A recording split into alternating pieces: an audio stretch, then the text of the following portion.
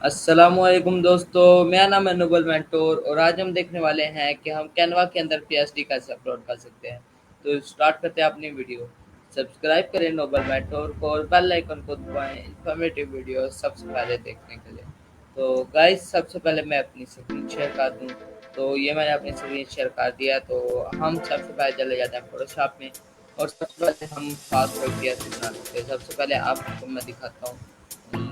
अब मैंने सबसे पहले एक ये देखिए आपके सामने मैंने सबसे पहले एक बैकग्राउंड लिया ब्लू कलर का। उसके बाद मैंने एक लड़की का फेस डाला, उसके बाद मैंने एक नकाब डाला, उसके बाद मैंने एक कार्ड डाली, उसके बाद मैंने एक लाइट डाली, फिर मैंने स्टेज डाला, फिर मैंने उसके ऊपर कर्टन्स डाले।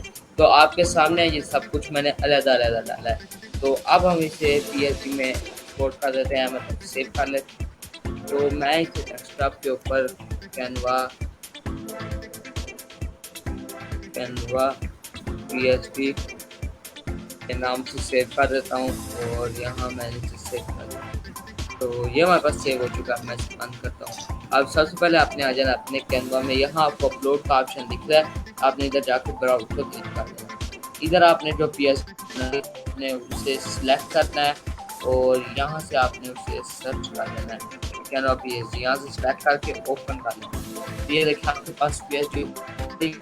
तो ये हमारे पास कुछ टाइम लेगी, उसके बाद ये हमारे पास फुल एक्सपोर्ट हो जाएगी और आप इसे फिर पीएस इस्तेमाल कर सकते हैं। फॉर एग्जाम्पल अभी हमसे ये कुछ टाइम तक आ रहा है, तो ये हमसे कुछ टाइम ले रही है। तो इस टाइम के बाद हम इसे एडिट कर सकते हैं।